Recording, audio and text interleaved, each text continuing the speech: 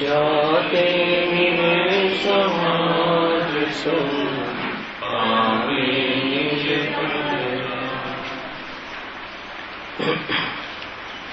आ श्री मोक्ष मार्ग प्रकाशक ग्रंथ से परम पद इष्ट पद में उपयोगनी लीनता ये मुनि से जे परम पद अर्थात इष्ट पद में स्थित थया से एवा आचार्य उपाध्याय साधुना स्वरूप की चर्चा चाले से गत पीरियड में त्या सुधी बात आई कि एमनी अंतरंग दशा तो अशुभ परिणति नो सत्ता में पण अभाव है। शुभ राग में हे बुद्धि वर्ते है अने हे पण एक वास्तु होवाना कारणे उपयोग निवृत्त थई स्वरूप नो रस ले से अर्थात तो स्वरूप में लीन थाय छे एवी जेमनी अंतरंग दशा है। त्या सुधी आव्या था तीव्र कसायना उदयना अभावथी हिंसारूप अशुभ उपयोग रूप परिणतिनुं तो अस्तित्व ज जेने रह्युं नथी। एना पहेला शुं कह्युं कि कदाचित मंदरागना उदयथी शुभोपयोग पण थाय छे। कदाचित नो अर्थ शुं लीधो कि ज्यारे अंदरमां न रहेवाय त्यारे छठ्ठा गुणस्थानना अंतर्गत शुभ उपयोग में जोवा पण मळे छे। परंतु शुभ उपयोग पण थाय छे जे वडे ते शुद्धोपयोगना बाह्य साधनो छे, परमार्थ साधन नथी। बाह्य साधनो कहो, निमित्त साधन कहो, निमित्त कारण कहो, वास्तविक कारण नथी। कोई बाह्य साधनों अर्थ जो साधन तो छे ने तो के साधन नथी, बाह्य साधन छे। ज्यारे उपयोग बाह्य में आवे त्यारे व्यक्तिनो भाव आवे तो एवा देवशास्त्र गुरु जेवा निमित्तो पासे जोवा मळे छे। एम अहींया कह्युं तेनो अनुराग करे छे, तेमां अनुराग करे छे। देवशास्त्र गुरु आदि पर धर्मानुराग है ने। विषयानुराग तो मुनिराजोने होतो ज नथी, आगळ लख्युं छे। परंतु ए राग भाव पण हे जाणी दूर करवा इच्छे छे। आ मूल बात छे। कोईने एम लागे जो साधन तो कह્યું ने तो के साधन क्या कहूं आवे छे एने अटक माने छे कि आ तो अटक छे। सवाल लीधो ने आपणे चर्चामां कि जे अटक न लागे तो निवृत्त न थाय। पूर्वचर विकल्पोमां आत्मानुभूतिना पूर्वमां शुद्धोपयोगना पूर्वमां आत्मानुभूति कहो, शुद्धोपयोग कहो, स्वरूप लीनता कहो, बधी एक ज वात छे। ज्यारे ज्यारे स्वरूप लीनताना पूर्वमां अर्थात तो एनी पूर्व पर्यायमां हूँ गायक छूं अर्थात देवशास्त्र गुरुना भक्ति आदिना भाव जे विकल्प आवे छे, शुभ राग आवे छे, एनाथी बची शकातुं नथी एवो जे भाव आवे छे ते भाव आवे छे पण ज्ञानी धर्मात्माओने मुनिराजोने ते अटक लागे छे। अर्थात तो आमां अटकवा जेवुं नथी एम भासे छे। जो एने साधन मानी ले अर्थात एने कारण मानी ले, एने उपादान कारण मानी ले, एने वितरागतानुं कारण मानी ले अर्थात एने लाभनुं कारण माने तो केम करीने उपयोग निवृत्त थाय अर्थात तो न थाय। मूल बात समजवी है ने। जो पूर्वमां निर्विकल्प दशानी पूर्वमां जे विकल्प दिशा होय छे ए विकल्प दिशा फिक्स छे कि आ रीतनी ज होय, अन्य ना होय। परंतु ये विकल्प दिशा अटक छे ए आत्मानुं चिन्ह नथी। एवी जे भान वर्ते छे, एवी जे वितरागता वर्ते छे, एवी जे प्रतीति वर्ते छे एना बल द्वारा उपयोग ने त्यां रस न आवे अने आत्मामां स्थिर थाय छे। एटले पूर्वोच्चर जे विकल्प छे ए अभावरूप निमित्त छे, भावरूप निमित्त नथी। हाँ, एने रहता आत्मानी अनुभूति न थाय। कोई कहे तो पछी करवा के न करवा, अरे जे भाव में देखातो नथी अने अशुभ प्रवृत्ति में देखाय छे ए तो मूली ज नथी। ख्याल आवे के नहीं? ग्रस्त दिशा में पण अशुभनी प्रथम निवृत्ति अने शुभादि में आवे छे अने शुभनी निवृत्ति थाय छे अने शुद्धोपयोग में जाय छे। आ क्रम छे। कोई अशुभ मांथी सीधो शुद्ध में जाय एवी जातिनी वात होती नथी। आ मूल बात है जो जीवना भावनी बात है। જડની પ્રવૃત્તિ તો જીવને હોય જ નહીં. જીવની જે પ્રોપર્ટી છે, જીવનું જે વાસ્તવમાં જીવનું જે સ્વતંત્ર છે એ બે પ્રકારે છે, એક શુદ્ધ ભાવ અને એક અશુદ્ધ ભાવ. જીવ આ બે સિવાય ક્યાંય જોવા ન મળે. જીવ દુકાનમાં જોવા મળે છે એ જૂઠીનું કથન છે, એ ચક્ષુના કથન છે, એ તો ઇન્દ્રિય ચક્ષુનો વિષય છે. જીવ દુકાનમાં જોવા મળે છે એ તો બહુ દૂરની વાત છે. જીવ દુકાન આદિ ભાવના અશુભ ભાવમાં વેપાર કરતો જોવા મળે છે એ અશુદ્ધ ઉપાદાન રૂપ એ આગમનું કથન છે. હે ને? ત્યારે આપણને એવું લાગે કે આપણે દુકાનમાં જોવા મળીએ છીએ એ અશુભમાં જોવા મળીએ છીએ એવું લાગે, અને ત્યાંથી શરૂઆત થાય છે. દુકાનમાં તો જીવ છે, જીવ જે જ્ઞાનની જે ભૂમિકા વાળું જીવ છે, જે ચૈતન્ય પદાર્થ છે, એ જીવ બે પ્રકારના પરિણામોમાં જોવા મળે. કોઈ પણ પદાર્થની સિદ્ધિ એના કાર્યથી થાય છે. અને કયા કાર્યમાં જીવ જોવા મળે છે કે એક અશુદ્ધ ભાવ અને એક શુદ્ધ ભાવ. તો અશુદ્ધ ભાવ કયો છે? શુભ અને અશુભ ભાવ એ અશુદ્ધ ભાવના ભેદ છે. અને શુદ્ધ ભાવ કયો છે? સમ્યક દર્શન, જ્ઞાન, ચારિત્ર, વિતરાગ દશા, સ્વરૂપ, લીનતા, આ બધા વિતરાગના ભેદ છે. હે ને? કથનમાં ભેદ છે, યદ્યપિ વિતરાગતા એકમાત્ર શુદ્ધોપયોગ અર્થાત શુદ્ધ પરિણતિ રૂપ એકમાત્ર શુદ્ધ ભાવ છે. શુદ્ધ ભાવ કહો સ્વાભાવિક ભાવ. જો જે જ્ઞાન છે ને, હર સમય ઉદ્ગમ થતું જે જ્ઞાન છે, ઉદ્ભવતું નવું જ્ઞાન છે, જાનન રૂપ જ્ઞાન છે, એ જીવ માત્ર ને પણ એ સ્વાભાવિક પર્યાય છે. અને સ્વાભાવિક પર્યાય દ્વારા એ લક્ષણ દ્વારા જ્ઞાનનું લક્ષ કરે ને ઉપયોગ એમાં સ્થિર થાય. શ્રદ્ધા દ્વારા આપનત્વ કરે, જ્ઞાન દ્વારા સંવેદન કરે, ચારિત્ર દ્વારા સ્થિર થાય. એવી જે વિતરાગ સ્થિતિ છે, એવી જે વિતરાગ પદ્ધતિ છે, એ જીવનો શુદ્ધ ભાવ છે. ખ્યાલમાં આવ્યું કે નહીં? ફરીથી અને આ બે તમને સ્ટેટમેન્ટ ખ્યાલ આવશે ફંડામેન્ટલ, તો આગળની જે આપણે જે ધારા ચાલે છે એમાં વિશેષ તમને સહાયક થશે સમજવામાં. જે જીવ નામનો પદાર્થ છે, જીવ નામનો પદાર્થ ક્યાં છે? હું સ્વયં જે જીવ ચૈતન્ય જે સમજવા રૂપ છે, સુખ દુઃખ અનુભવ કરે છે, એ જીવ દ્રવ્ય. એ જીવ દ્રવ્યને બે પ્રકારે જીવ દ્રવ્ય, જીવ દ્રવ્ય કહો, એ બે જગ્યાએ જોવા મળે છે. એક શુદ્ધ ભાવમાં જોવા મળે છે અને એક અશુદ્ધ ભાવમાં જોવા મળે છે. તો અશુદ્ધ ભાવ કયા? શુભ ભાવ અને અશુભ ભાવ. બંને અશુદ્ધ, વિકૃત ભાવ, વિભાવ ભાવ, સ્વભાવ નહીં. આ રીતે એ સ્વભાવ વિશે ભાવાસન હોવું જોઈએ. એ ભાવ વિશે હે ને?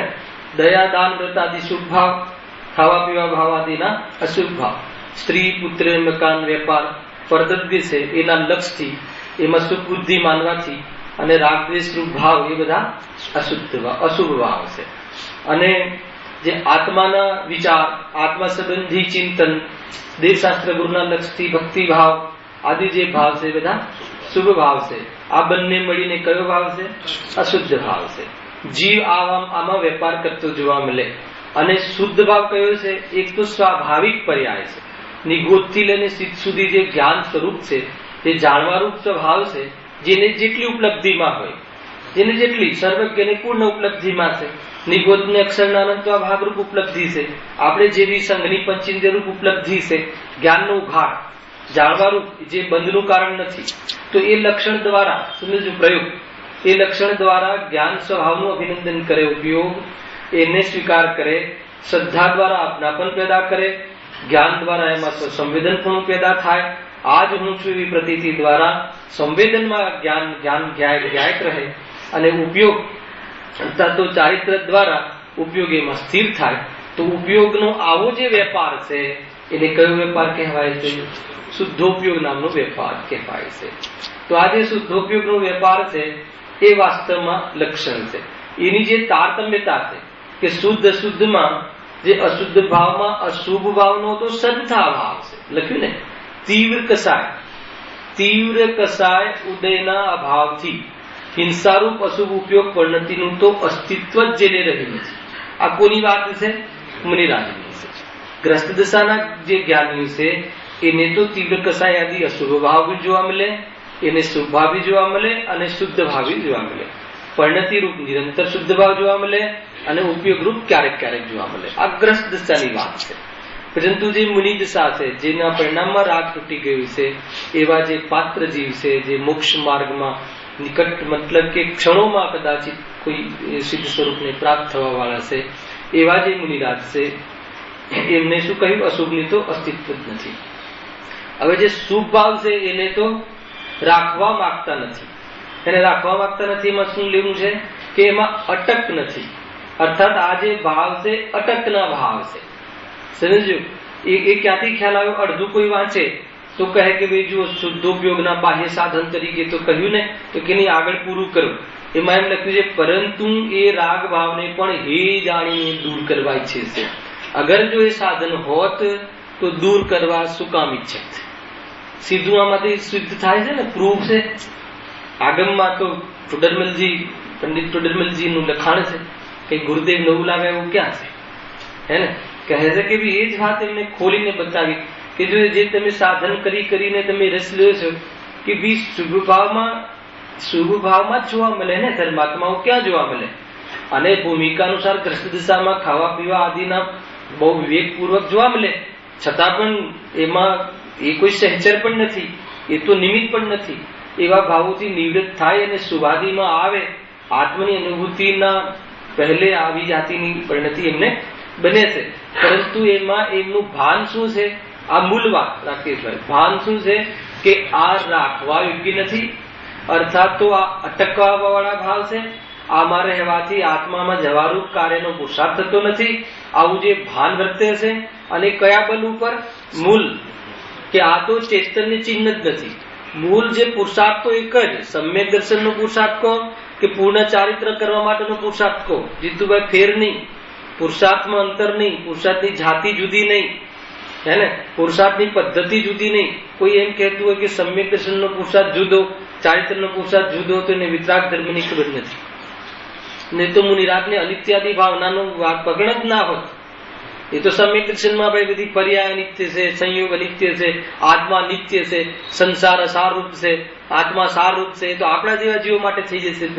આપણા જેવા જીવો માટે તો છે જ, પણ એની મુખ્યતઃ ભાવના મુનિરાજો માટે કહી, વૈરાગ્ય જન્મની કહી ને તમારે આવી બી ગયું હશે, ખબર નહીં છઠાલાના પ્રકરણમાં આવશે. એમના 12 ભાવનાઓનું ભાવન મુખ્ય રૂપથી મુનિરાજ માટે કહ્યું.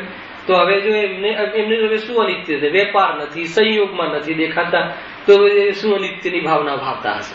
તો કે આ વ્યવહાર રૂપ જે ભાવ આવે છે, જુદી ભગવાનની ભક્તિનો ભાવ આવે છે, એ વયનો વેગ છે, અનિત્ય ભાવ છે. એ કાયમી ટકવા વાળું નથી. એના આશ્રયથી આત્મની ઉપલબ્ધિ થાય નહીં, અર્થાત તો શુદ્ધોપયોગમાં જવાય નહીં. એવી જાતિના એ ભાવ અનિત્ય છે અને વિતરાગ સ્વભાવ નિત્ય છે. અને એ મૂળ ક્યાંથી? પાછું મૂળ ભેદ જ્ઞાન કે આ રાગનો આત્મામાં ત્રિકાલ ભાવ છે. બલ તો એ જ છે.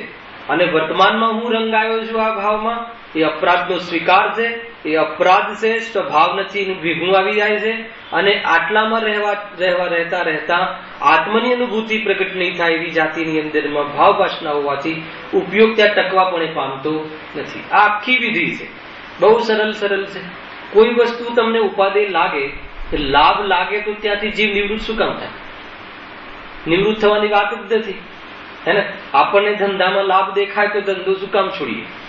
બીજો ધંધો મળે એનાથી વધારે લાભ વાળો, પણ આમાં થોડો બી લાભ દેખાતો હોય તો બંને રાખીએ, પરંતુ છોડીએ નહીં, હે ને. તો અહીંયા આચાર્ય દેવ અર્થાત તો મુનિ જીવન જે છે એમને જેમાં થોડો બી લાભ દેખાતો હોય, કેમ કે બહુ પ્રશ્ન આવે છે જયેશભાઈ કે થોડો તો લાભ થતો, થોડુંક તો સહાય કરતું હશે ને જીવને. ઊંડે એમ છે કે આ શુભ ભાવ થોડુંક તો કઈક કરતું હશે, લાવતું હશે શુદ્ધ ભાવને, હે ને. જે બાધક ભાવ છે એ સાધક ભાવનું કારણ કઈ રીતે હોઈ શકે? જે મરણનું કારણ હોય, જીવનનું કારણ કઈ રીતે બની શકે? એને એ તો વૈદ્ય હોય, એ સુપથ્ય જે બરાબર કેવી રીતે વિષનો ઉપયોગ કરો એ કહીને જીવન કરે છે ને, ખ્યાલ આવે કે નહીં? એ તો કહે છે કે અંદર ન રહેવાતું હોય ત્યારે બહારમાં વિષ લેવો, એટલે શુભભાવમાં આવવું પડે તો કેટલું આવવું એ બરાબર ભાન રહે છે. નિમિત્તપણામાં કેવું હોય છે એની ચર્ચા છે ભાઈ, પરંતુ એને અંદર કારણ માની લે જીવ તો એનો ઉદ્ધાર થતો નથી. ખ્યાલ આવે કે નહીં? એટલે અહીંયાથી સમજવું. હવે કહે છે કે તીવ્ર કસાયના ઉદયના અભાવથી હિંસારૂપ અશુભ ઉપયોગ પરિણતિનું તો અસ્તિત્વ જ જેને રહ્યું નથી. હિંસાદી એટલે બધું હિંસા, જૂઠ, ચોરી, કુશીલ, પરિગ્રહ, સૂક્ષ્મમાં સૂક્ષ્મ પરિણામ પણ હિંસાનું મુનિરાજોને હોતું નથી. એ તીવ્ર કસાય છે. એને શુદ્ધ અશુદ્ધના બે ભેદ કહ્યા ને, શુભ અને અશુભ. તો અશુભને બીજું નામ આપવું હોય તો તીવ્ર કસાય, અને શુભને નામ આપવું હોય તો મંદ કસાય. એ રીતે પણ લઈ શકાય છે. મોક્ષ માર્ગને અનુકૂળ ચર્ચા છે ભાઈ, એને એ રીતે જેને રહ્યું નથી એવી અંતરંગ અવસ્થા થતા, આ અંતરંગ અવસ્થા એને અંતરંગ પરિવેશ, પર્યાયનો પરિવેશ. શું છે અંતરંગ દશા? અશુભ ભાવની તો સત્તા નથી, શુભ ભાવમાં કદાચિત જોવા મળે છે એને તો હે માને છે, એને અટક જાણીને ઉપયોગ તો શુદ્ધાત્મામાં રમે છે. તો આખિરકાર અંતરંગ દશા શું થઈ? શુદ્ધોપયોગ અર્થાત તો સ્વરૂપમાં લીનતા અર્થાત તો એકાગ્રતા. એકાગ્રતા શ્રમણનું લક્ષણ છે. એકમાત્ર એકાંતે એકાગ્રતા એ જ માત્ર શ્રમણનું અર્થાત તો મુનિરાજોનું લક્ષણ છે. ત્યાં સુધી હવે આ વાત આવી. એવી અંતરંગ દશા થતા, એવી અંતરંગ દશા જે જીવને છે એમને બાહ્ય દિગંબર સૌમ્ય મુદ્રાધારી થયા છે. આજ કયો વેશ આવ્યો? બહારનો વેશ, હે ને? જેને રાગ તૂટી ગયો હોય, જેને અંદરમાં લીનતા થતી હોય, એને બહારમાં રાગના નિમિત્તો જોવા મળે નહીં. રાગના કયા નિમિત્તો છે? મકાન, દુકાન, પુત્ર, પુત્રી, સગા વહાલા જે પણ હોય, એને શરીર પર વસ્ત્ર, બહારમાં ગાડી આદિ જે સંયોગો, તમામ પરિગ્રહ, બહારના જે પરિગ્રહ છે જોવા મળતા નથી. તો શું જોવા મળે છે? દિગંબર દશા. દિગંબર, ચાર દિશા જેના અંબર છે, ચાર દિશા જેનું વસ્ત્ર છે, નગ્ન દિગંબર, એને દિગંબર નો અર્થ થાય છે. બાહ્ય દિગંબર અને અંતરંગમાં તો દિગંબર બતાવ્યું ને. અંતરંગમાં શાનાથી દિગંબર થયા? એને આશ્રવાદીથી દિગંબર, એને એનાથી નિવૃત્ત થયા. અને બાહ્યમાં એના નિમિત્તપણે, એને આની પહેલા એકવાર ગાથાનું ભાન કરાવ્યું હતું ને કે હિંસામાં તો બહારમાં દ્રવ્ય હિંસા આદિ અર્થાત જીવનો પ્રાણ છેદ થતો જોવા મળે, છતાં અંદર પ્રમાદ ન હોય. ત્યાં તો એમ હોઈ શકે છે, હે, પ્રમાદનો અભાવ હોય, પ્રમાદ રહિત જીવન હોય મુનિરાજનું, અને બહારમાં કોઈ જીવનો પ્રાણ છેદ થતો જોવા મળી શકે છે. એમના પર આવીને કોઈ જીવ પડે, એમના પગ નીચે કોઈ આવી જાય, જોવા છતાં પ્રમાદ રહિત હોવા છતાં, પ્રમાદ રહિત હોવાના કારણે હિંસાનો દોષ લાગતો નથી. ત્યાં તો એમ કહ્યું, પણ એવું પરિગ્રહ માટે નથી. બહારમાં વસ્ત્રનો ટુકડો પણ રાખે અને અંદર કહે કે મને મોહ નથી, અર્થાત મને રાગ નથી, એમ છે નહીં. અહીંયા એ સિદ્ધાંત લાગુ પડતું નથી. બહારમાં ટુકડો પણ હોય તો રાગ જરૂર હોય. એવું તો બને કે બહારમાં ટુકડો પણ ના હોય અને રાગ હોઈ શકે, પણ ટુકડો પણ હોય, સંયોગમાં થોડી પણ વસ્તુ રાખવામાં આવી હોય અને કોઈ કહે કે અમને રાગ નથી, તો કહે છે કે તને તો મિથ્યાત્વનો રોગ છે, તને તો બહુ મોટો રોગ છે. ચાર ગતિનો ક્યારે પણ આ ભાવ રાખવાથી અભાવ નહીં થાય. એવી જાતિની વાત આગળ ગુરુદેવ કહેશે પ્રવચનોમાં. જો બાહ્ય દિગંબર સૌમ્ય મુદ્રાધારી થયા છે. બાહ્યમાં દિગંબર, હે ને, અને સૌમ્ય મુદ્રા, સમતાધારી મુદ્રા. મુદ્રા પર એવું લાગે ક્યાંય ઊંચું, મતલબ કે આંખ મિલાવીને જોવાની તો વાત જ નથી, હે ને. મુદ્રાની જે ચેષ્ટાઓ છે એ પણ વિતરાગી, કોઈ જગ્યાએ અપેક્ષા રાખતા હોય એવી જાતિની કોઈ ચેષ્ટા જોવા ના મળે, શરીરમાં કોઈ વિકાર જોવા ના મળે, અને એકમાત્ર દુનિયાની કોઈ વસ્તુની અપેક્ષા ના હોય એવું એકમાત્ર મહાન કોઈ આત્મા રસ્તામાં જઈ રહ્યા હોય. જેમ કે ગુરુદેવ એને ચલતે ફિરતે સિદ્ધ કહેતા, હે ને, કે જાણે શરીરથી જુદા થઈને ચાલતા હોય, કોઈ જાતની જીવનમાં અપેક્ષા ના હોય એવી સૌમ્ય સમતાધારી, દુનિયામાં કોઈ વસ્તુની જરૂર પડે એની દશાઓ દુઃખમય હોય, એની બાહ્ય દશાઓ પણ પ્રમાદી હોય, એની બાહ્ય દશાઓ પણ અવલંબનવાળી હોય, એની બાહ્ય દશાઓ પણ એક પ્રકારથી એક ગરિમા રહિત ની હોય, એક પ્રકારથી ભીખ માગવા જેવી હોય, ભીખ માગતો હોય એવી દેખાય, એને. અને જેને આવી જાતિની વિશેષ લીનતા હોય એને ક્યાં કોઈની સામે જોવાનું રહ્યું. એટલે સમતાધારી હોય, કોઈ શરીરને કોઈ કાપે, કોઈ શરીરને ફેંકી દે, કોઈ શરીર ઉપર અનેક અત્યાચાર કરે તો પણ સમતાને ધારણ હોય છે. કયા બલ ઉપર? સ્વરૂપનું બલ શું છે? શરીરથી પૃથક પડોશમાં છે. અને એ જે બહારમાં અડે છે એ શરીરને ક્યાં અડે છે? શરીરની તે સમયે તે પ્રકારની સ્થિતિ થવા યોગ્ય તે દ્રવ્યથી અભિન્ન છે. એવી જાતિનું પરિપૂર્ણ તત્વ જ્ઞાન હોવાના કારણે અને વર્ણમનમાં હોવાના કારણે અનુભવનમાં હોવાના કારણે ઉપયોગ ક્યાંય એમને લાગતો નથી, વિકલ્પ માત્ર આવતો નથી કે અહીંયાથી હટી જાય. ગજબની વાત છે. કેવી જાતિના મહારાજ છે જો. હા, પછી શું લખ્યું? શરીર સંસ્કાર આદિ વિક્રિયાથી જેઓ રહિત થયા છે. શાનાથી રહિત થયા છે? સંકિત શરીર સંસ્કાર. શું છે શરીર સંસ્કાર?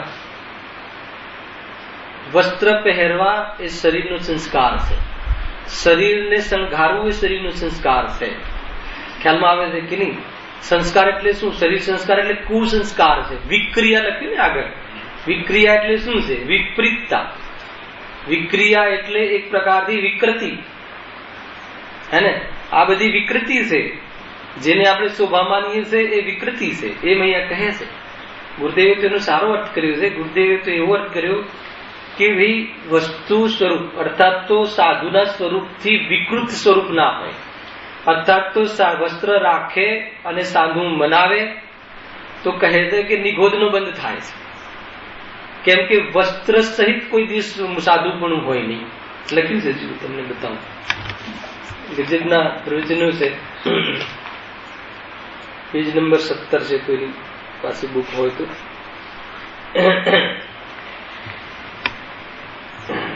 એના પહેલા પણ ઘણી ચર્ચાઓ છે, તમે વાંચી લેજો.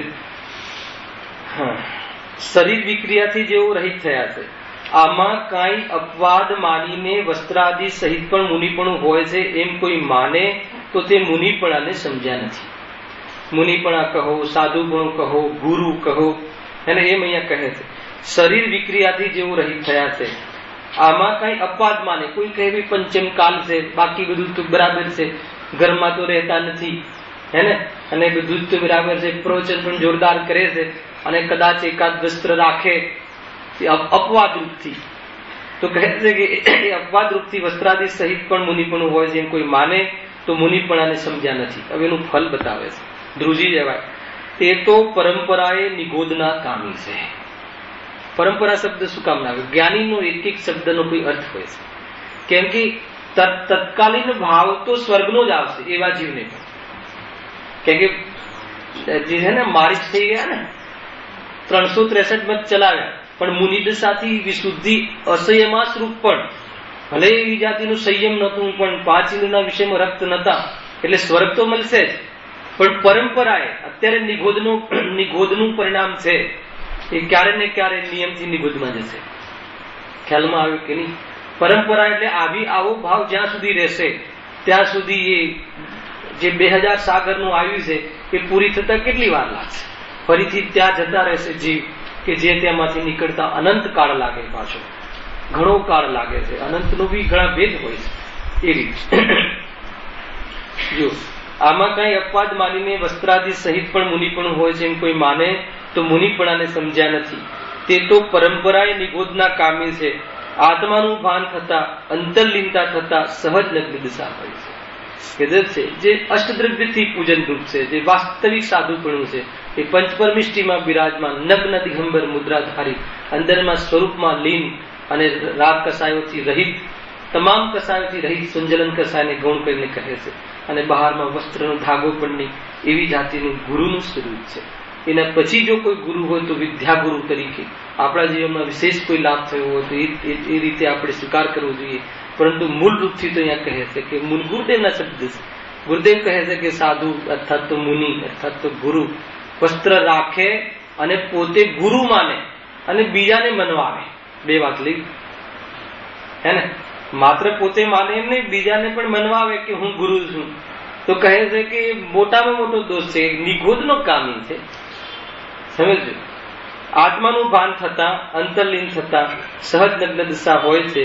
એ વાત સાંભળવી અને તેની પ્રતીતિ કરવી પણ દુર્લભ થઈ પડી છે. મુનિને અંતરમાં આનંદ શાંત જળના ઝરણા વહે છે. એમને શરીર આદિની વિક્રિયા હોતી નથી. અને શરીરને શણગારવું પડે, હે ને?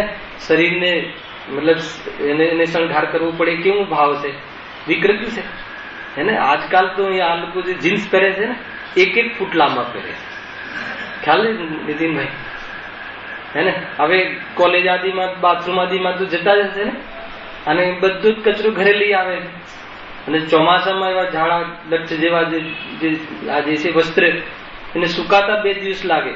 અંતર મુહૂર્તમાં સમુચ્છ કયા જી પડી જાય છે? ત્રસજી. આ ભાઈ ચરણાનો યોગ છે ભાઈ, હે ને? એ આપણ સમજવા જેવું છે, હે ને? 2 દિવસ તો એ વસ્ત્રને સુકાતા લાગે, એને ધોવા 3 બાલદી 2 બાલદી તો પાણી લાગે. આ તો જીનો રીઝન છે ભાઈ, જ્યાં જેવી રીતે હિંસા જેટલી ઓછી થાય, રહેવાતું નથી, બચાતું નથી, તો કેવી રીતે એનો વિવેક ઉપજે એવી જાતિનું ધ્યાન રાખવું. ખ્યાલમાં આવે છે કે જીવ જે પાશ્ચાત્ય સંસ્કૃતિનું અનુકરણ કરે છે, ફેશન સમજે છે, એનાથી પોતાને કઈ સમથિંગ સમજે છે કે એ ન હોય તો મારી ગણના થતી નથી. અરે તારી ગણના સિદ્ધોમાં થાય એવી છે કે બહારના જે વેસ્ટર્ન જે સંસ્કૃતિમાં ધરાવતા ગ્રુપોમાં તારી ગણતરી નહીં થાય તો શું પ્રક્રિયા છે? એને એડવાન્સ સમજે છે, સમજ્યું? અને ખરેખર અહીંયા ઘણા લેવલના જીવો બહારમાં પણ બેઠા છે, અને એવા ઘણા લેવલના જીવો પણ જોવા મળે છે નીતિનભાઈ. જે બિઝનેસ આદિમાં આપણને એવા જીવોનો જે સંપર્ક થાય છે ને, જેને આ લોકો લેવલ માને છે, ઊંચા લેવલમાં, બાહ્યમાં, એ લેવલના જીવો બહુ જ સાદાઈથી જીવતા હોય છે. તમે જોજો એનું જીવન, એને મળજો ક્યારેક, જેને મલ્ટી મિલિયન કહો કે અરબોપતિ કહો કે જે બહારમાં વૈભવશાળી કહો, હે ને? તો એને જઈને તમે મળશો ને, તો એનું જે જીવન છે રહેવાનું, હે ને? આ તો પિક્ચરના પડદાથી અનુકરણ કરે છે, પરંતુ વાસ્તવમાં જે એવા જીવો હોય છે હદે પહોંચેલા, જીવન બહુ સિમ્પલ હોય છે, હે ને? ખરેખર એ પણ વિચારનીય છે કે એવું નથી કે આજે સમજે છે કે તો બહારની શોબાજી છે ભાઈ, અને એમાં પણ જીવ હિંસાની ઓરથી જોવામાં આવે તો ક્યાં વાત રહી. એ રીતે સમજવું ભાઈ. દરેક વસ્તુ આમાં જે આપણા માટે પણ અનુકરણ કરવા જેવું છે. જીવ પર કરુણા ના હોય, જીવના સ્થાન જેને ખબર નથી કે જીવોના સ્થાન ક્યાં હોય, તો કહે છે કે વાસ્તવમાં રખડવાના ધંધા છે. અને એમાં પણ જે જીવના સ્થાન સમજવામાં પણ એને એવી જાતિનું ધ્યાન કરવામાં પણ જે પ્રમાદ સેવે છે, એ વાસ્તવમાં નિરંતર હિંસા ચાલે. પહેલા તો માનવા એમાં જીવના સ્થાન છે એ સમજવાની એટલી બધી એને કદર જ નથી હોતી કે આમાં પણ જીવ હોય, એ જોવા પણ તૈયાર થતો નથી. અને જીવને જીવ માનતો નથી, એ તો મિથ્યા દૃષ્ટિ છે. અને એ જીવ ક્યાં હોઈ શકે લોકમાં કે જેને મારા દ્વારા હળાવારૂપ કાર્ય થઈ શકે, એ સમજવા તૈયાર થતો નથી. તો કહે છે કે દુષ્ટ છે, એને આત્મા સમજમાં આવે એમ નથી. ખાલી ભગવાનના આત્માની પૂરી વાતો કરવાથી આત્માની પ્રાપ્તિ થતી નથી. બહુ જ હૃદય એટલું પવિત્ર હોવું જોઈએ કે જ્યાં પ્રભુ પધારવાના છે, જ્યાં સ્વયં જીવ છે, પોતાને એક કાંટો વાગે તો દુઃખ થાય, તો અન્ય જીવને પ્રાણ છે થતું હોય તો દુઃખ થાય એવું ખ્યાલમાં ન આવે. ખ્યાલમાં આવે છે કે નહીં, તો એ આત્માની પ્રાપ્તિ કેવી રીતે કરી શકે? એને ભગવાન આત્મા કઈ રીતે સમજમાં આવે? ન આવે. પરંતુ એટલી જ માત્ર કરુણામાં કોઈ સંતુષ્ટિ થઈ જાય, અર્થાત એ કોઈ આત્માનું ચિહ્ન નથી, એ તો રાગનું ચિહ્ન છે, એવું ભાન ન વર્તાય તો પણ કહે છે કે એને આત્માની ઉપલબ્ધિ થતી નથી. બરાબર બેલેન્સથી સમજવા જેવી વાત છે ભાઈ. એ રીતે છે. જુઓ, ઘણી સરસ વાતો છે આમાં.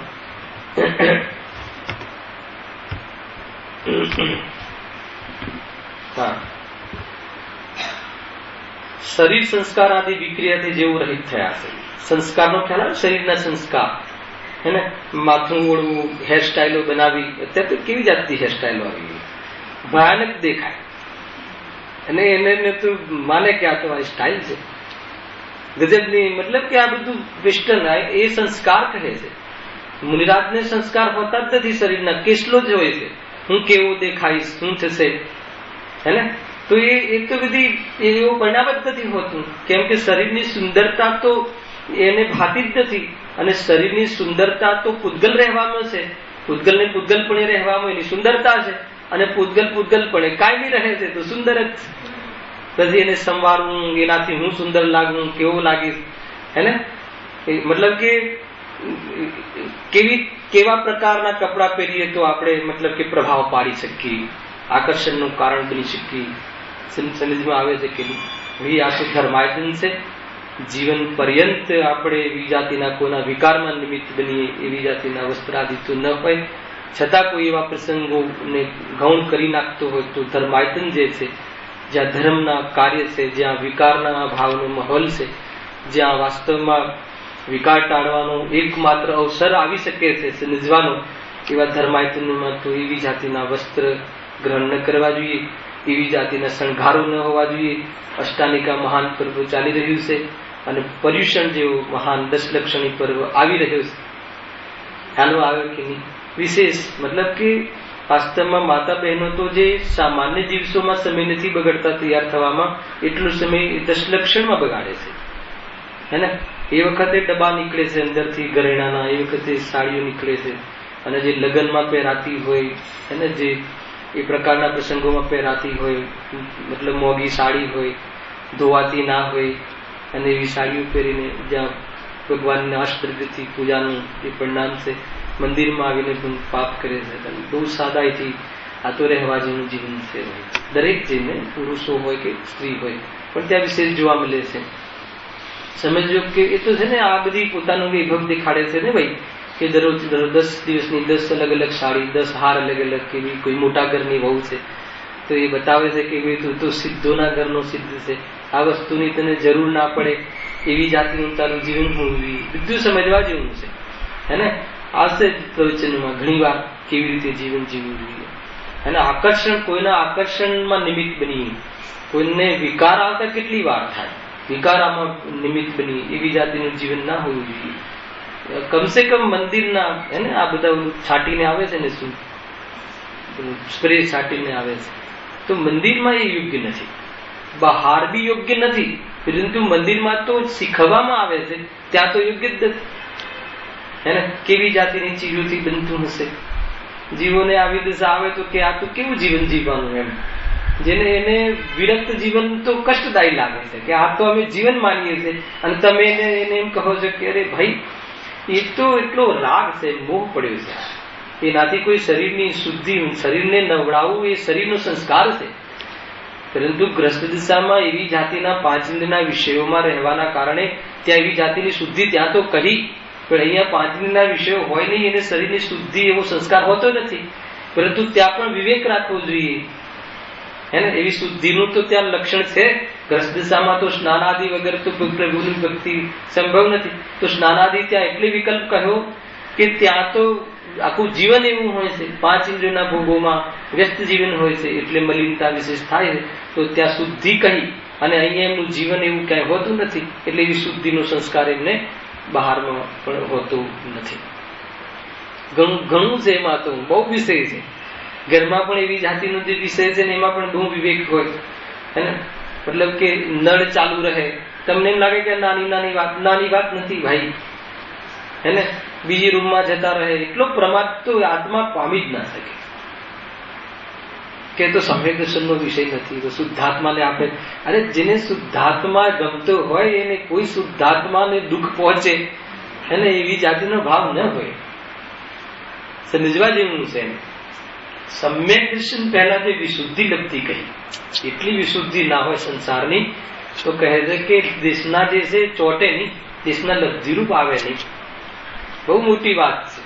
અને અરગણ પાણીના જે શું ચાલે છે ઘરમાં, ગીઝર ચાલે છે, હે ને, અરગણ પાણી હોય, કેટલા દિવસની ટાંકીઓના પાણી હોય, અને સીધા ગરમ થાય, અને ગજબની વાત છે ભાઈ. તો કહે છે કે ત્યાં આત્માની પ્રાપ્તિ થવી સંભવ નથી.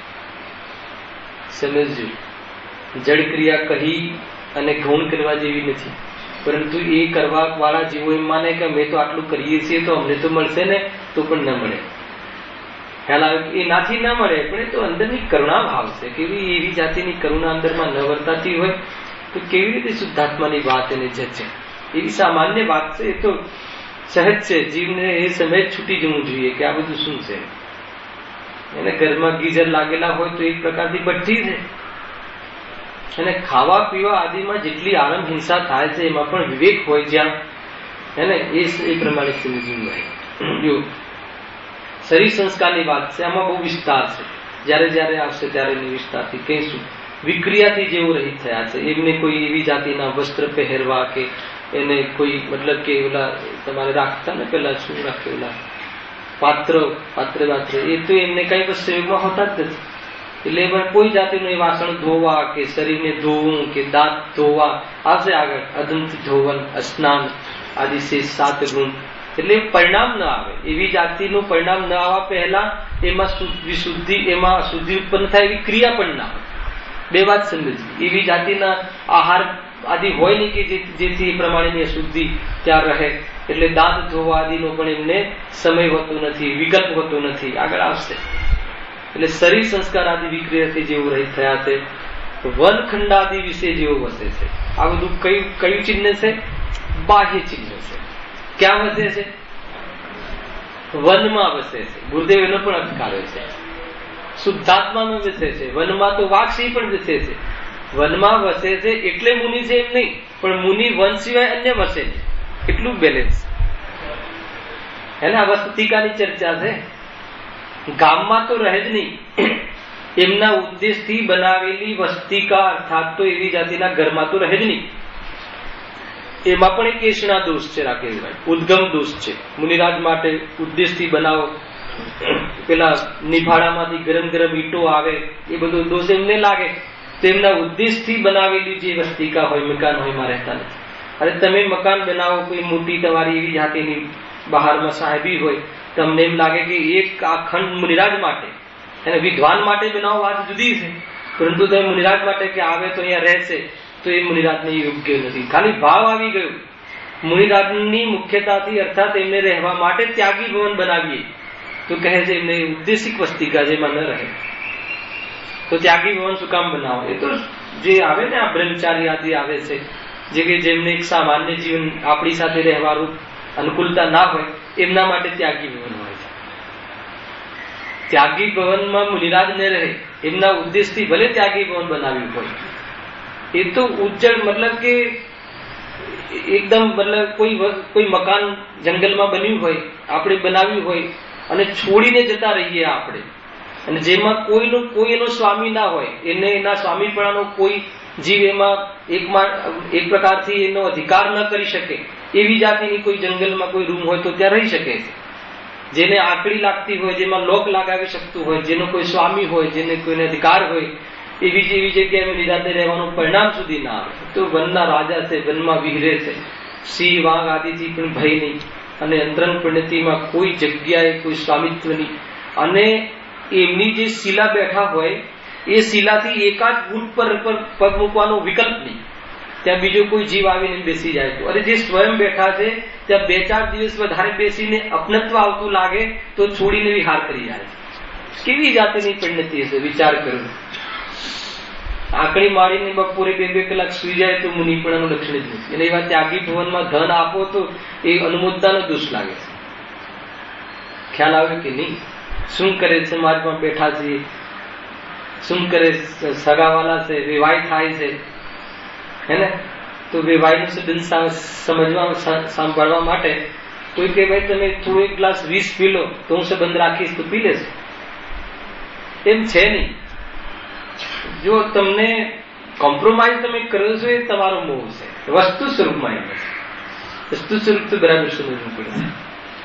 ખ્યાલ આવે છે કે નહીં? શું કરે? પણ એમને કહે કે એમને ત્યાં દીકરી આપેલી છે ને ત્યાં આ રીતે છે ને હવે આપણે નહીં જઈએ તો કેવું લાગશે? તો કેવું લાગશે? હે ને? નરકોમાં કેવું લાગશે? છે નહીં એમ? બહુ દોષ છે ભાઈ.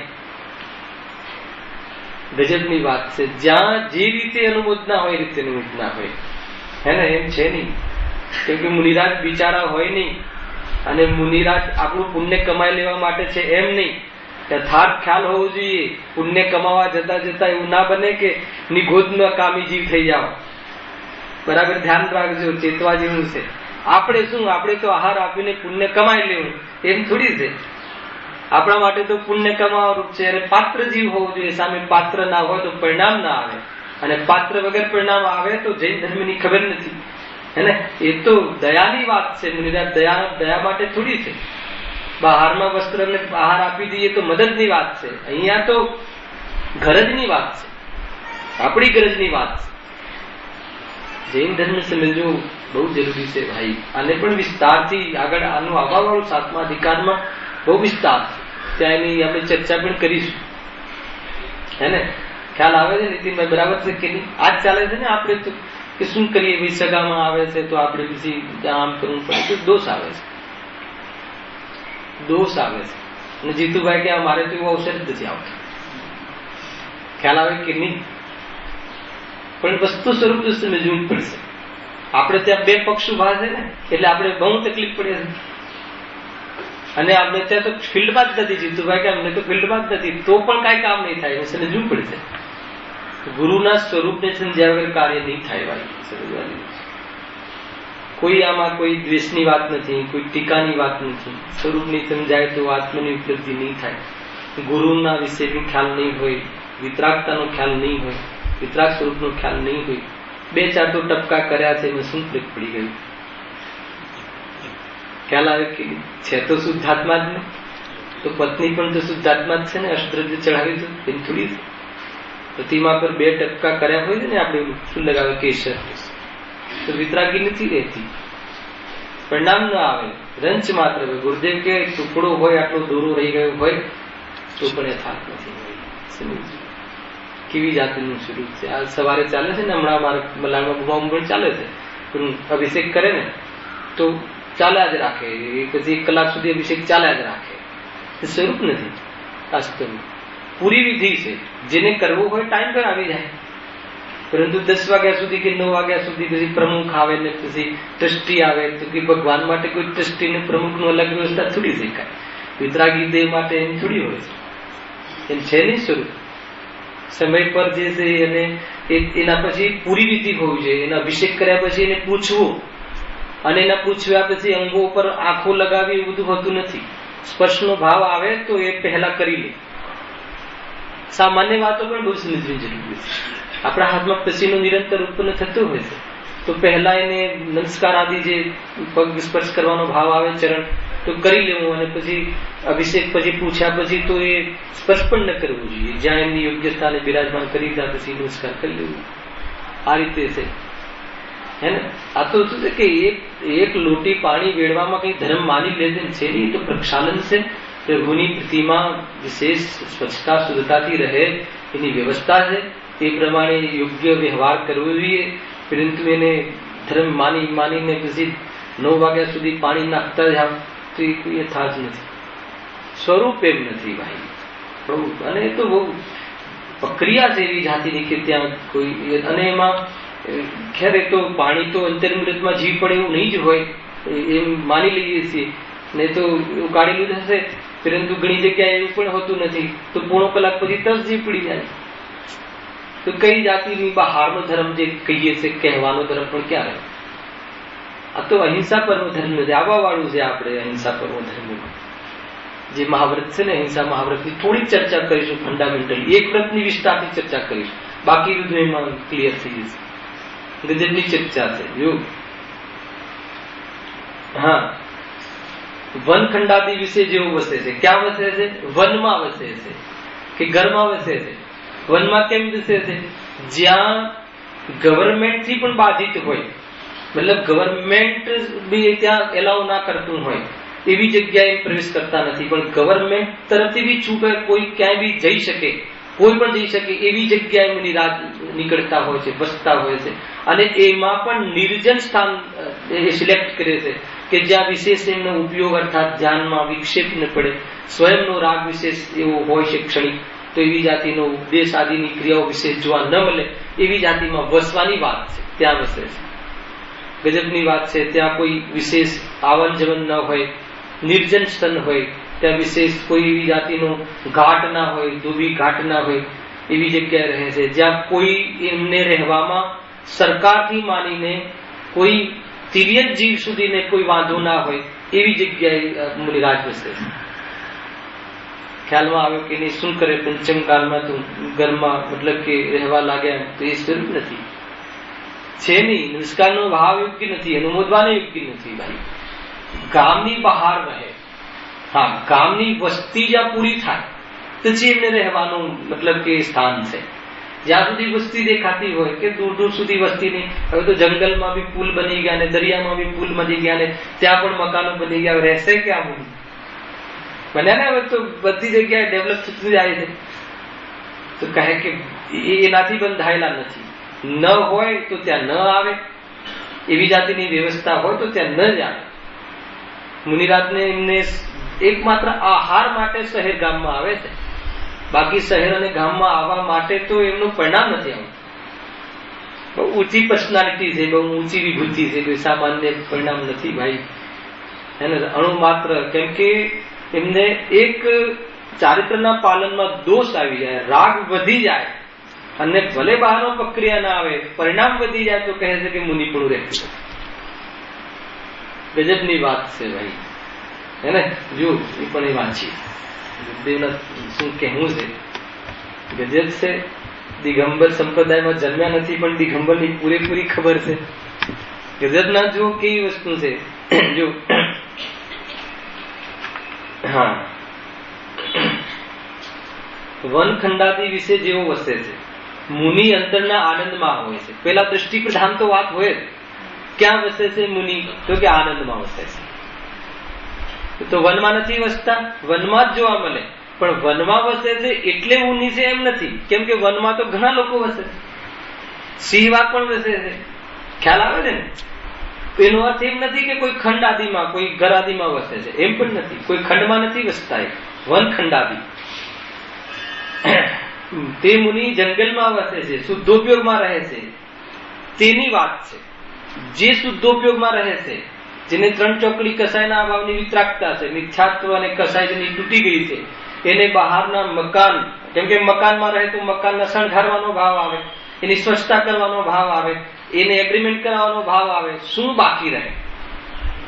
ખ્યાલ આવે કે નહીં? એક લંગોટ રાખે તો લંગોટ માટે શું જોઈએ? પછી છેક સુધી વિસ્તાર થાય ને. લંગોટને સુકવવા દોરી જોઈએ, એને ધોવા સાબુ જોઈએ, એના માટે પૈસા જોઈએ, પૈસા માટે ધંધો જોઈએ. હવે શું રહ્યું બાકી? ખ્યાલ આવે કે નહીં? એટલા માટે બહારમાં એવી જાતિની વસ્તુ નહીં, અંદરમાં ભાવની બે બેલેન્સ. એકલા વનમાં રહે તેની વાત નથી. એમ તો સિંહ વાઘ પણ વનમાં વસે છે, પણ મુનિને બહારમાં આવો યોગ હોય છે એમ કહ્યું છે. કોઈ વનમાં રહીને મુનિ માને કે હું વનમાં રહું છું એટલે મુનિ છે, તો કહે છે કે મિથ્યા દૃષ્ટિ છે. મુનિની મિથ્યા દૃષ્ટિ છે. પરંતુ આવી જાતિના જીવો ક્યાં રહે? કેમ કે એને એવો યોગ હોય છે, એવો નિયોગ હોય છે, એવી જાતિની સ્થિતિ બને છે. કેમ કે બહારમાં કોઈ પ્રયોજન ભાષિત થતું નથી, તો નિમિત્તો મટી જાય છે. તો એમાં કેટલો પુરુષાર્થ કર્યો એમને? વનમાં રહેવાનો પુરુષાર્થ કરે છે, મુનિ નથી. આત્મામાં રહે છે, એને બહારમાં રહેવાનો ભાવ આવતો નથી, તો વન આદિમાં જોવા મળે છે. એવો યોગ હોય છે એને મુનિ કહે. કથન એકનું એક, વાત એકની એક છે, પણ અંતર બહુ છે.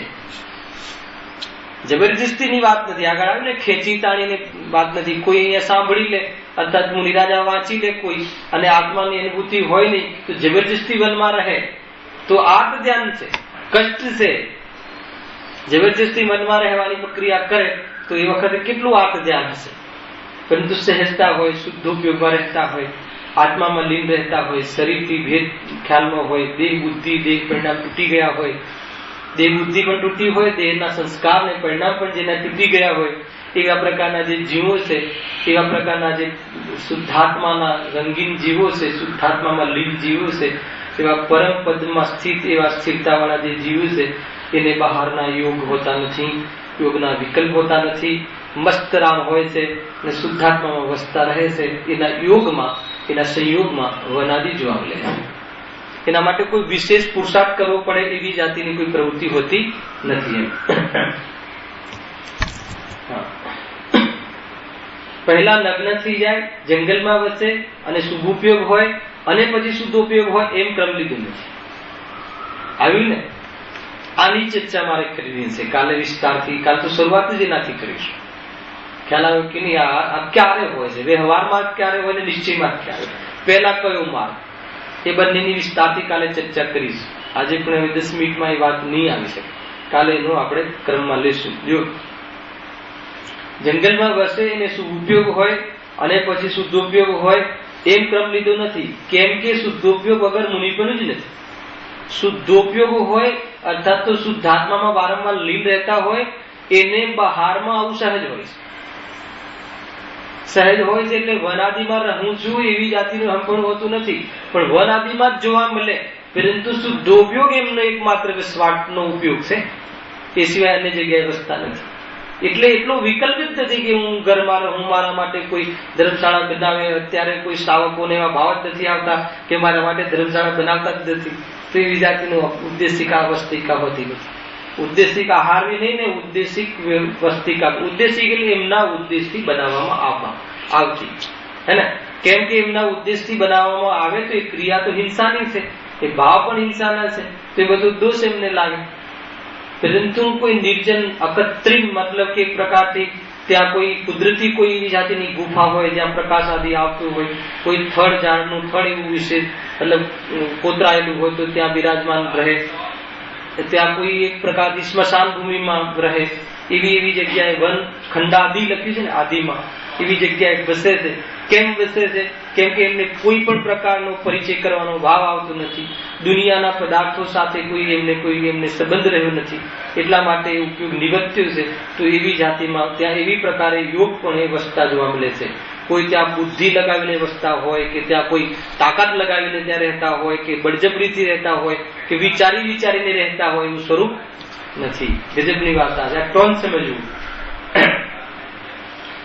નિર્વિકલ્પ સમ્યક દર્શનનો અનુભવ થયો છે. વ્રતાદિના વિકલ્પથી લાભ માનતા નથી છે ને. વ્રતાદિ તો હોતા નથી પણ લાભ માનતા નથી. અને સમ્યક દર્શનનો અનુભવ થયો, નિર્વિકલ્પતા છે, વિકલ્પ નથી. નિર્વિકલ્પ દશા દ્વારા નિર્વિકલ્પનો અનુભવ કરે છે. વિકલ્પ દશા દ્વારા નિર્વિકલ્પનો અનુભવ થતો નથી. જ્યાં સુધી વિકલ્પ ખુલ્લા રહે ત્યાં સુધી આત્મામાં જવાતું નથી. આત્મામાં રહે તો વિકલ્પની સમાધિ થઈ જાય છે. ખ્યાલ આવે કે એવું સ્વરૂપ છે. વ્રતાદિના વિકલ્પથી લાભ માનતા નથી એવા મુનિની વાત કરી છે. આને મુનિ કહે છે. વ્રતાદિ હોય એનાથી લાભ માનતા નથી. સમ્યક દર્શન પૂર્વક આત્માનુભૂતિ હોય, નિર્વિકલ્પતા હોય. સમ્યક દર્શન એટલે જે વસ્તુ જેવી છે એમ જાણતા માનતા, આત્મામાં હમપણું, વસ્તુનું ફંડામેન્ટલ ક્લિયર, સ્વરૂપનું યથાર્થ જ્ઞાન, શ્રદ્ધાન અને સ્વરૂપની લીનતા. આવી જાતિની જે અંદરમાં પરિણતિ છે એકમાત્ર મુનિધર્મી છે. આથી વિરુદ્ધ કહે તે દેવગુરુ શાસ્ત્ર સાચા નથી. આથી વિરુદ્ધ જે કહે જે માને એ દેવગુરુ શાસ્ત્ર સાચા નથી. આગળ બી લખ્યું છે, સમજ્યા વિના મુનિ પણ લે તે બાળક લગ્ન કરવાની હા પાડે તેના જેવું છે. ખ્યાલ આવે કે નહીં? બાળક હા કેમ પાડે છે તું ખબર છે? કેમ કે લગ્નમાં જતો હોય એટલે એને તો નાચવાના અને બધા પીરિયડ જોયા હોય, એને ઊંચા કપડા, સારા કપડા પહેરવા મળે, પછી બહારમાં નાચ ગાન કરવા મળે, તો એને લગ્ન માને છે. પણ જવાબદારી નિભાવી એનું નામ લગ્ન એને ખબર નથી. એ ખબર પડે તો એને ખ્યાલ આવે કે લગ્ન શું છે. એમ લખ્યું છે ગુરુદેવે અંદર, જો વાંચો છે કે નહીં, જો વાંચું છે. કોઈ બાળકને પૂછે કે તારે પરણવું છે તો ઉલ્લાસ લાવી હા પાડે, પણ તે લગ્નની જવાબદારીને સમજતો નથી. તે લગ્નને શું માને છે? પેલું બાહ્ય દેખે છે. કેવી લગ્નમાં તો સારા ભોજન હોય, સારી ડીશ હોય, અને ઊંચા સારા નવા વસ્ત્ર પહેરવાના હોય, એને ઘોડા પર બેસવા મળે, મામાનું લગ્ન હોય તો એને આગળ બેસાડે ને. અને પછી બીજું શું હોય કે નાચ ગાન હોય, એને લગ્ન સમજે છે. લગ્ન એટલે આખા જીવન દરમિયાનની જવાબદારી એને ખ્યાલ હોતો નથી. એટલે હા પાડી દે કે હા મારે લગ્ન કરવા છે એમ અહીંયા કહ્યું. તેને સમજ્યા વિના ઉલ્લાસમાં આવીને લગ્ન પણ ધારણ કરે, એમ સમજ્યા વગર કે આ એમાં શું છે, લગ્ન રહી શકાય છે, ભોજન વગર રહી શકાય છે, અને આખી દુનિયા નમે છે, એનું નામ મુનિ પણ, એને આખી દુનિયા મહાન માણે એનું નામ મુનિ પણ. તો એવી રીતે મુનિ પણ લઈ લે અને અંદરમાં વિતરાગતા હોય નહીં તો જંગલમાં કરે શું? હેને જેને અનેક જીવોને મળવાનો ભાવ હોય, એને એકલા રહેતા ફાવતું ના હોય, પરંતુ એવી જાતના આવેશમાં આવીને મુનિ પણ લઈ લે તો પછી જંગલમાં સમય કાઢે ક્યાં? હેને આપણે યાત્રામાં પણ એકલા જઈએ છીએ, નથી જઈ શકતા, કંપની જોઈએ. દરેક જગ્યાએ કંપની જોઈએ. પૂજા કરવામાં પણ કંપની જોઈએ. હેને દૂર ઘર હોય ને ગાડીમાં સાથે આવે તો બરાબર છે, પણ સામે ઘર હોય તો કે ઉભા રહો હું આવું છું. હેને એટલો તો સાથ છૂટતો નથી. તો એમ છે નહીં નીતિનભાઈ, તમારે તો સામે ઘર છે, એવું બને છે કે ઉભા રહો અમે આવીએ છીએ, સાથે જઈએ છીએ? એમ છે નહીં ભાઈ. હેને ખરેખર તો ઘણી વાર તો કહું જ મલાડમાં, મારે તો ખુલ્લી વાત કરીએ ભાઈ એમાં. કેમ કે અહીંયા તો દરેકના હિતની વાત છે ને, કે પતિ પત્ની જે સાથે બેસીને પૂજાનો ભાવ છે ને યથાર્થ તો કે કરીએ છીએ ને પ્રસંગોમાં, એ તો શીખવા માટે છે. ઇન્દ્રાણી છે ને, ઇન્દ્રાણી તો સાથે પૂજા કરે છે. હે ને, પછી હર્ક બોલાવડાવવા, પછી એને પૂછવું, પછી એને બતાવવું, તો એ ભગવાનની સામે આવા વિકલ્પ જ ના હોય. ભગવાનની સામે શીખવાની વાત જ નથી.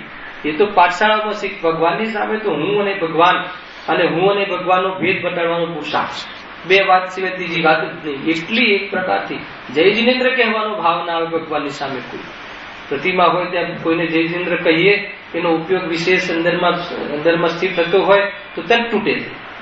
પછી લૌકિક વાતની તો વાત જ ક્યાં આવી? ક્યાં હતા તમે કાલે? તમે આવવાના છો કે નહીં? એ તો બહુ દૂરની વાત થઈ. અમારા ગામડામાં પેલા બહુ હતું નીતિનભાઈ, મંદિરના ઓટલે આ જ વાત થતી હોય નિયમથી. બહુ દોષ છે ભાઈ, અસત્ય છે એને. જ્ઞાની ધર્માત્માઓ એવા સ્થાનોમાં તો શું ક્યાંય અન્ય જગ્યાએ પણ જોવા મળતા નથી. એને આવશે ઘણી ચર્ચાઓ છે આમાં. અને આપણે મતલબ કે મંદિરમાં તો જેમ કે અહીંયા તમારો મોટો કાચ છે ને, તો કાચમાં જોઈએ તો પાછળના પ્રતિબિંબ દેખાય છે. હવે એ પાછળ કોણ આવ્યું એ દેખાય છે. હવે એક ગૌણ થાય તો ભગવાન દેખાય છે, તે સિવાય ભગવાન ન દેખાય. બહારની પ્રક્રિયા પણ એવી છે. અને કાચ છે ને મોટો, તો કાચમાં પાછળ કોણ આવ્યું તરત દેખાય કાચમાં જોઈએ તો. એટલે ભગવાન જોવાનું ચૂક્યા, નિશ્ચય ન થયું, દોષ લાગ્યો. ખ્યાલ આવે છે કે નહીં? ગજબ છે, કેટલી એકાગ્રતાની વાત છે. એને બાજુમાં પરીક્ષણ આવશે ને, તો વ્યવસ્થા કરવા માટે જે વ્યવસ્થા કરીએ છીએ સમૂહમાં વાત જુદી છે. પરંતુ બાજુમાં કોઈ હોય એને થાળી ન લીધી હોય તો એક એક અર્ઘ આપણે આપીએ છીએ. યથાર્થ નથી. પોતાની બી એકાગ્રતા તૂટે ને એની પણ એકાગ્રતા તૂટે. જેને પૂજા કરવી હોય પોતાનું દ્રવ્ય લઈને બેસે. ખ્યાલ આવે કે નહીં? અને પાછું એમ માને કે હું એને ધર્મ કરાવું છું. બહુ દોષ લાગશે જ નહીં. બહુ આ તો એકાગ્રતા થવાનો માર્ગ છે. પૂજન દ્વારા એ તો ઉત્કૃષ્ટ નિમિત્ત છે પ્રતિમા. એને તમને એમ લાગે આપણે તમે આત્માની વાત કહો કે જેમાં રાગનો અભાવ છે, અને આ બધી વાત નહીં કહો. અને વિવાહને લઈને આવ્યો હોય તો ભગવાનમાં ધ્યાન થોડી રહે. એને બરાબર પૂજા કરાવડાવે તો વિવાહની પૂજા કરે, ક્યાં જાય છે? નહીં ભાઈ, બહુ દુષ્ટ લાગે છે. સાધર્મી છે, વ્યવસ્થાગત જેવી બહાર જગ્યા આપવી આદિ વાત જુદી છે. પરંતુ જયારે પૂજન ચાલતી હોય અથવા પૂજન કરતા હોય તો હું અને ભગવાન, થોડો વિકલ્પ આવે તો દ્રવ્યનું અવલંબન. વિકલ્પ ના આવતો હોય તો દ્રવ્ય પડ્યું રહે થાળીમાં, ચિંતા નહીં. કેમ કે ઉદ્દેશ તો એ છે કે અંદરમાં સાધવું સ્વરૂપને. સ્વરૂપ સાધવામાં વિશેષ ઉપયોગ જતો હોય તો દ્રવ્ય હાથમાં રહી જાય. ખ્યાલ આવે કે નહીં? એ છે સ્વરૂપ. કોઈ કહે પછી એમાં દોષ નહીં લાગે, પૂજા અધૂરી રહી જશે ને વિસર્જન નહીં થાય. તો કે તું ચાલુ કરવામાં અને પૂરું કરવામાં જ તારો ઉપયોગ લાગ્યો છે. જેના માટે પૂજા કરવી હતી એ તો ઉપયોગ જ ના આવ્યો. અરે એક અર્થ બોલાય ના એક અર્થમાં તમારો ઉપયોગ લાગી જાય તો સાથે બોલવાની જરૂર નથી. કેમ કે એનો ઉદ્દેશ તો એ હતો કે સ્વરૂપમાં જવું ને સ્વરૂપ સમજવું. સ્વરૂપ સમજાતું હોય, એના પ્રત્યે વલણ આવતું હોય તો કહે કે એ દ્રવ્ય ચડે નહીં તો ચાલે, અને અંદરમાં જવાતું હોય તો ભગવાનના નમસ્કાર પણ છૂટી જાય. ભાઈ વાત ક્યાં રહી? સ્વરૂપ આ છે ભાઈ, ક્રમ આ છે. અવલંબન તો વધારે ટેકા લેવા પડે તો કમજોરી છે. અંદરમાં મતલબ બહાર બહુ ઉપયોગ જતા હોય તો ચોપડીનું અવલંબન લેવું, છતાં મન ના લાગતું હોય તો દ્રવ્યનું અવલંબન લેવું, છતાં ના લાગતું હોય તો જોરથી થોડીક શબ્દથી જોડીને આપણે ઉપયોગ લગાવીએ છે ને. ઘરે આપણે વાંચતા હોઈએ ત્યારે બાળકને મન ના લાગતું હોય તો કે પપ્પા થોડું જોરથી વાંચું કેમ કે મારો ઉપયોગ નથી રહેતો. તો એવી જાતિનું અવલંબન છે. પણ અવલંબન છૂટીને આત્મામાં રહેવાતું હોય, વિશેષ ચિંતન વાર્તા વિચાર થતું હોય તો એવા અવલંબન ઓટોમેટિક છૂટે. તો એમાં જીભને ભય લાગે છે કે મેં આમને નૈવેદ્ય ચડાવવાનું કીધું ને મારે નૈવેદ્ય ચડાવવાનું રહી ગયું તો ક્યાંયથી બી ખેંચાખેંચી કરીને નૈવેદ્ય લઈને ચડાવે ને બધું શું છે એ જ ખબર પડતી નથી. સ્વરૂપ નથી. એમાં કેટલા ચોખા નીચે પડી જાય ને ક્યાંય બહારમાં જીવ હિંસા વિશેષ થાય છે નહીં. આવું સ્વરૂપ નથી. એ તો સમૂહમાં એક પ્રકારથી એ વખતે પર્યુષણમાં વિશેષ ચોમાસાના કાળમાં વિશેષ બહારનો વેપાર આદિ ઓછા હોય, જીવો ત્યાં આવતા હોય છે ને નવા જોડાય એવી જાતિના આપણને અર્થાત તો કારોબારી અર્થાત મંદિરના હરતા કરતાઓને વિકલ્પ આવે છે તેવી જાતિની પ્રવૃત્તિ રચે છે. બાકી તો આ તો વૈરાગ્યના, આ તો એક પ્રકારથી દશલક્ષણ ધર્મ આદિ, આ તો વિરક્તતા ધર્મ છે. જેટલી કંપનીમાં ઊંચું રહેવાય, જેટલું બહારમાં લક્ષ્ય ઊંચું બને, એકાંત જીવન ઘડાય એવી જાતિના જીવનો જીવવાનો માર્ગ છે ભાઈ.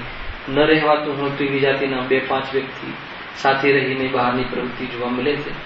બહુ વિસ્તારથી ચર્ચાઓ છે. આપણને બહારની પ્રવૃત્તિના પણ ઠેકાણા નથી. ભાવ તો જવા દે, ઘણી બધી વસ્તુ સમજવી જરૂરી છે. સમજવી વ્રતાદિના વિકલ્પથી લાભ માનતા નથી એવા મુનિની વાત કરી છે. ત્રણેય કાળે મુનિ સંતોની દશા આવી જ હોય છે. આથી વિરુદ્ધ કહે તે દેવશાસ્ત્ર સાચા ગુરુ નથી એ વાત થઈ ગઈ. હા, જો 2 મિનિટ લઈ લઈએ છે. વનખંડાદિ વિશે જેવું વસે છે, 28 મૂળ ગુણોને જેવું અખંડિત પાલન કરે છે, 22 પરિસરને જેવું સહન કરે છે, 12 પ્રકારના તપને જેવું આદરે છે, આ એમનો બાહ્ય પરિવેશ, દ્રવ્યલિંગ. અંતરલિંગ નહીં, અંતરંગ દશા તો આગળ. આનાથી વિરક્ત થઈને ઉપયોગ સ્થિર થાય છે, પરંતુ જયારે અંદર ના હોય તો આવી જગ્યાએ જોવા મળે. એનો વિસ્તાર આપણે થોડોક કરીશું. પછી કદાચિત ધ્યાન મુદ્રાધારી પ્રતિમાવત નિશ્ચલ થાય છે, આ મુખ્ય. પછી ધ્યાનમાં ચાલે છે. કદાચિત એટલે જ્યારે આ વિકલ્પમાં ના હોય ત્યારે સપ્તમ સ્થાનમાં ધ્યાન મુદ્રાધારી એ રીતે નિશ્ચલ અચલ થાય છે, સ્થિર થાય છે. પછી કદાચિત પાછું ધ્યાનમાં ના રહેવાય તો અધ્યયન આદિ બાહ્ય ધર્મ ક્રિયામાં પ્રવૃત્તિ છે. આનો અર્થ કરીશું કાલે 15 મિનિટ, હે ને? કેમ કે મને વાંચી નાખવાથી સંતુષ્ટ નથી થતું. એનો વિશેષ ભાવ હોય છે અંદર, એવો મારો રાગ છે, મારો વિકલ્પ છે. જો કોઈ વેળા મુનિ ધર્મને સહકારી શરીરની સ્થિતિ અર્થે યોગ્ય આહાર વિહાર આદિની ક્રિયામાં સાવધાન થાય છે. આનો પણ અર્થ કરવો બહુ જરૂરી છે. કેવી રીતે સાવધાન થાય છે ને કેવી રીતે આહાર વિહાર ક્રિયાદિના સંસ્કાર કેવા બાકી રહ્યા છે એની ચર્ચામાં આવશે. એ પ્રમાણે જેવું જૈન મુનિ છે તે સર્વની એવી જ અવસ્થા, જૈન મુનિ એટલે સાચા દેવશાસ્ત્ર ગુરુ, એની એવી જ અવસ્થા હોય છે. અર્થાત આ અવસ્થા હોય છે એ જૈન મુનિ છે, ગુરુ છે, નમો લોય સર્વ સાંભળવામાં આવે છે, એની ચર્ચા છે. કુલ મળીને વાત પૂરી થાય છે, છતાં છેલ્લી 4 લીટીનો સાર આપણે કાલે ચર્ચા કરીશું.